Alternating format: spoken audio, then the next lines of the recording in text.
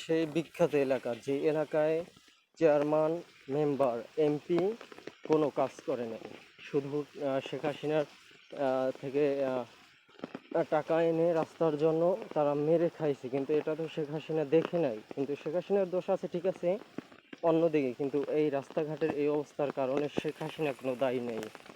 এটার দায়ী হচ্ছে এই এলাকার এমপি, চেয়ারম্যান, মেম্বার, এরা হচ্ছে দায়ী। রাস্তার অবস্থা নিশ্চয়ই দেখতে পাচ্ছেন, দেখে বুঝতেই পারছেন কীরকম মানে অবস্থা, কীরকম কাজ করছে এমপি। যাই হোক, এই সামনে আরও দেখাচ্ছি। আসলে কথা হচ্ছে এইটার একটু নমুনা দেখাই। এটা মেইন রাস্তা, এটা দিয়ে সব গাড়ি চলাচল করে, মানুষ চলাচল করে। এটার এই অবস্থা, কিন্তু এই রাস্তাটা কি সুন্দরভাবে কাজ করছে এই ইট বালু সিমেন্ট। এটার কারণটা আপনাদের বলতেছি।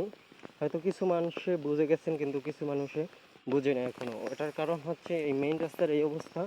আর মানে বাড়ির ভিতরে ঢোকার জন্য কত সুন্দর রাস্তা করতেছে, এটার কারণ হচ্ছে ওই বাড়ির মানুষ আর কি। ধরেন বর্তমানে বিএনপির ক্ষমতা পাওয়ার, বিএনপি দল করতেছে, এটা আমি 100% শিওর। কারণ এখন বর্তমানে মানে পাওয়ারে সব কিছু হয়।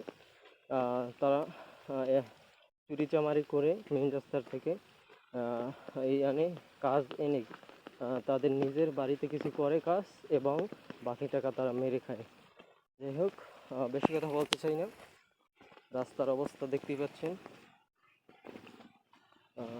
গাড়িগুলো চলতে খুবই কষ্ট হচ্ছে। সামনে আর ভাঙ্গা আছে। যাই হোক, এই পর্যন্তই। সকলে ভালো থাকবেন এবং এই চ্যানেলটা সাবস্ক্রাইব করে সবসময় সাথেই থাকবেন।